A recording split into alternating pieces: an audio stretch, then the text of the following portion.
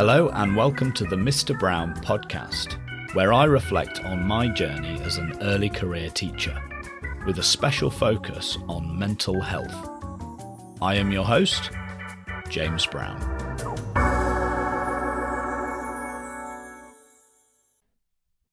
Salutations. How are you? I hope you're well. This might be a shorter episode than usual.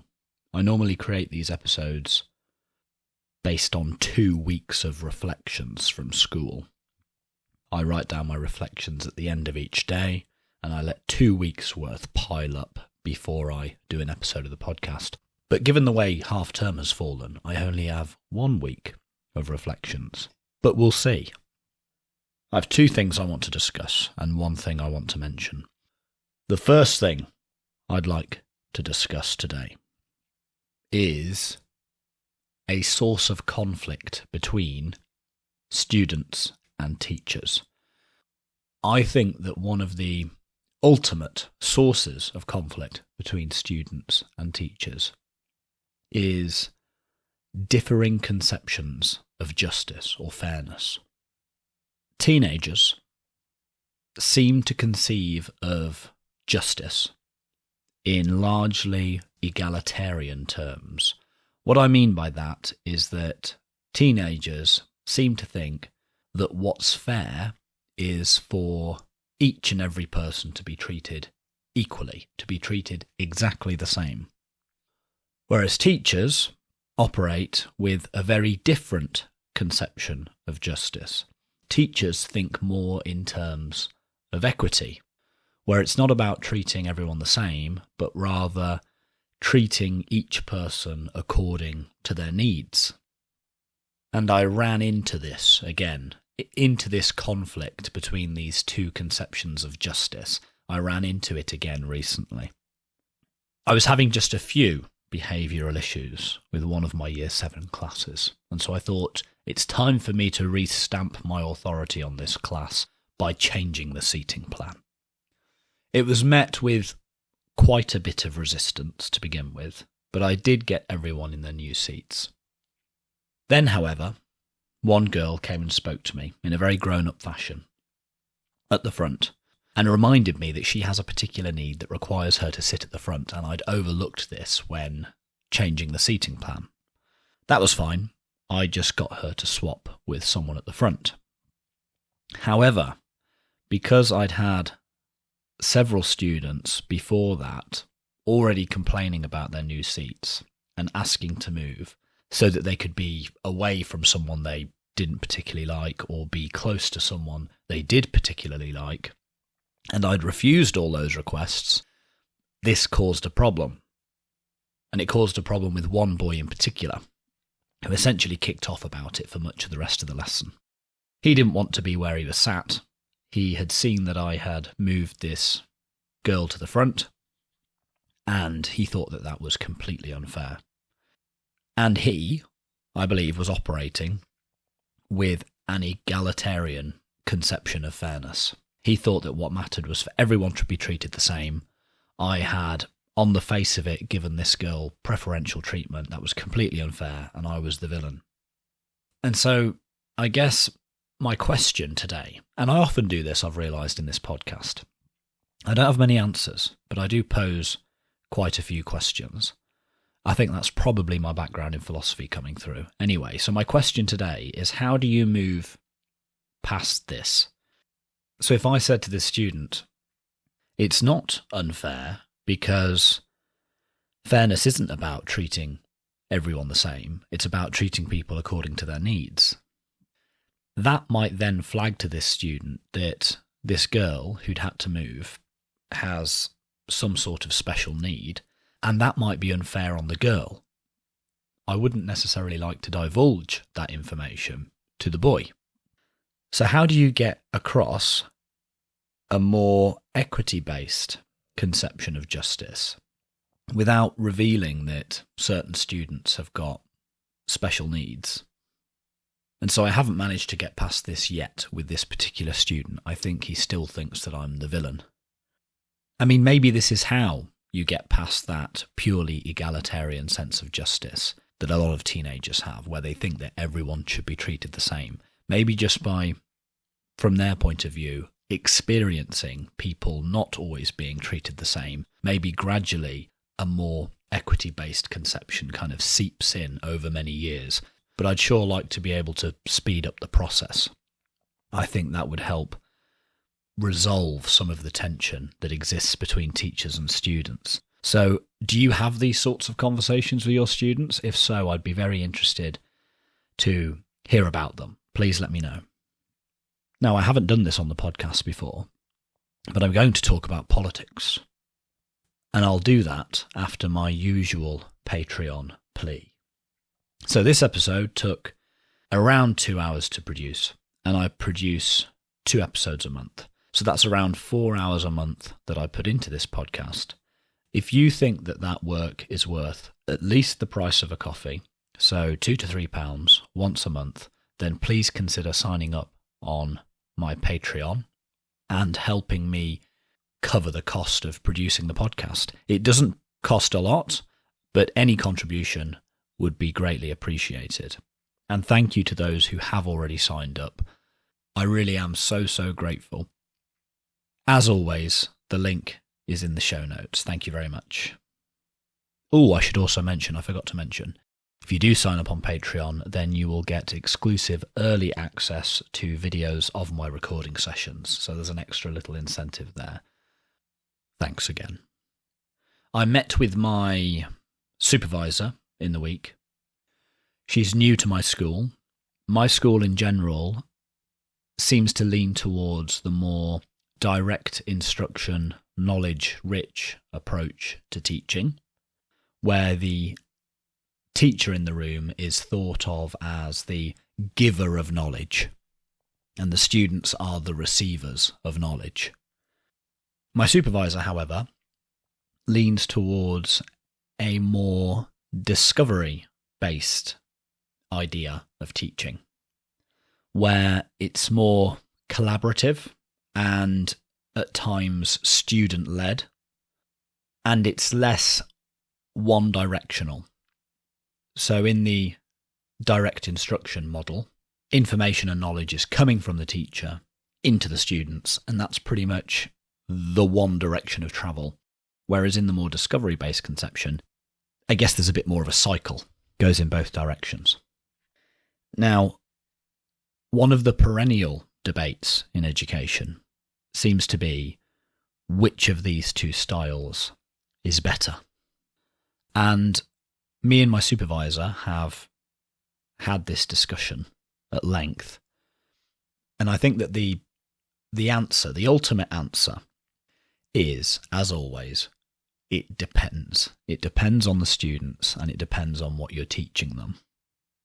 However, in our most recent meeting, we got to discussing whether the distinction between the direct instruction approach and the discovery approach runs down political lines.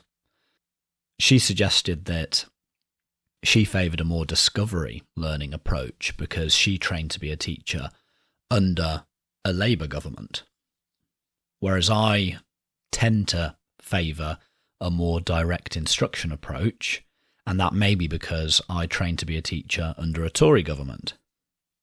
And there does seem to be this assumption that discovery learning is associated more with left-wing sensibilities, and direct instruction is associated more with right-wing sensibilities. And I wanted to think about whether this made sense. So first of all, I think it makes sense in the following way. Right-wing people tend to want to preserve the status quo. They typically have a greater reverence for traditions and history and kind of want to keep things the way they are. Left-wing people, however, want to shake things up, challenge the status quo, and move things forward. So one way to think of that political divide is that right-wing people have kind of got their feet in the past and left-wing people have got their feet in the future. Now, I don't want to kind of say that one of these approaches is better than the other. Really, I think that you need both. Ultimately, you need to have one foot in the past and one foot in the future. So it's kind of a yin-yang situation where it's kind of the happy tension between the two, between right-wing and left-wing politics, is what keeps us moving forward gradually, but not in a reckless way, in a way that does help preserve some of our traditions, at least the ones that should be preserved. So I think I don't want to fall down on either side and say that one's better than the other. But anyway, what was I saying? Okay, so right-wing people tend to like to preserve the status quo, whereas left-wing people perhaps want to shake it up and challenge it. Now, how does this relate to direct instruction versus discovery learning? So if you as a right-wing person want to kind of maintain the status quo as it is, then direct instruction would be a good way to go. It's the teacher in the room who's delivering all the knowledge, has complete control in a way over the knowledge that's being delivered to students. They can get students to learn what they want them to learn and therefore perhaps preserve the status quo.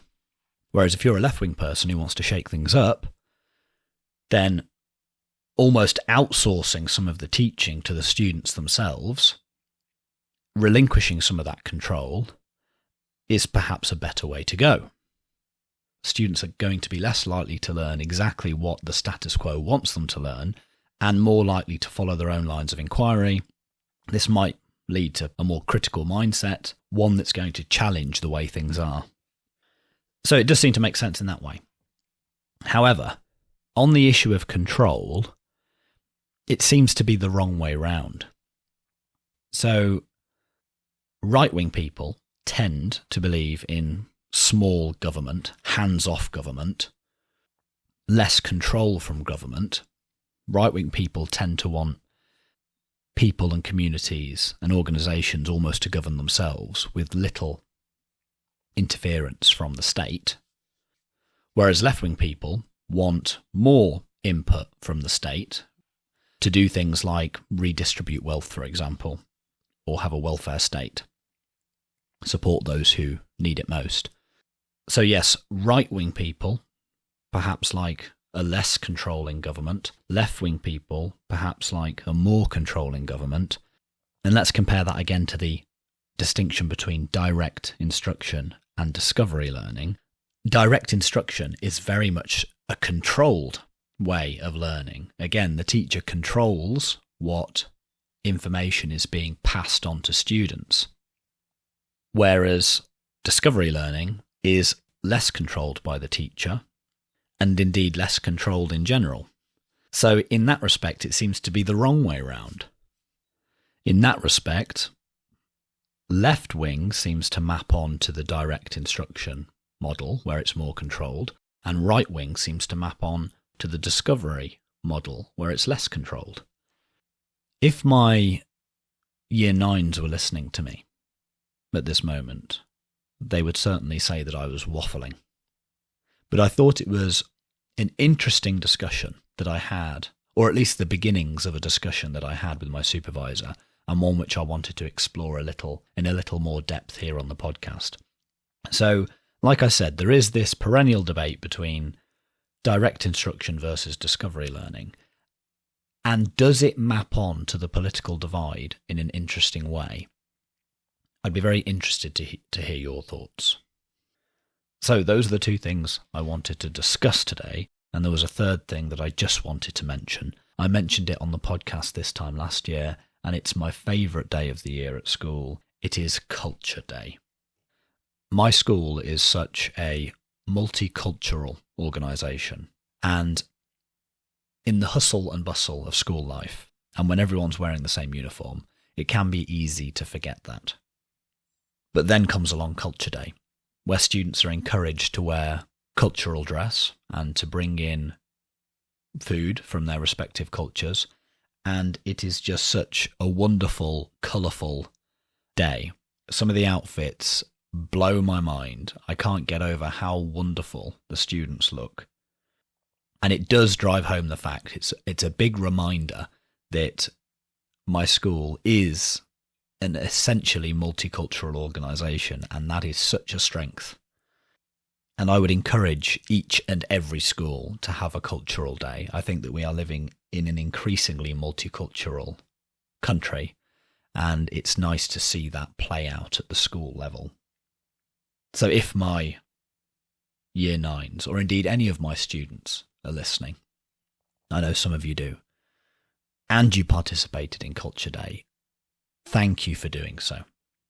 You made my day. Like I said, it's my favourite day of the year. I can't wait till next year. I mean, I think we should do it more than once a year, maybe once a term.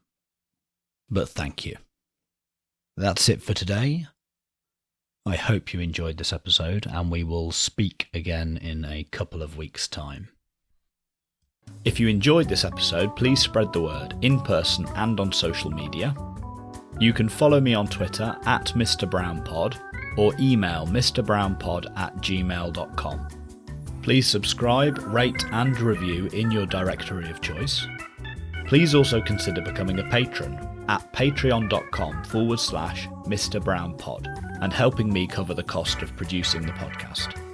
Thank you, and talk again soon.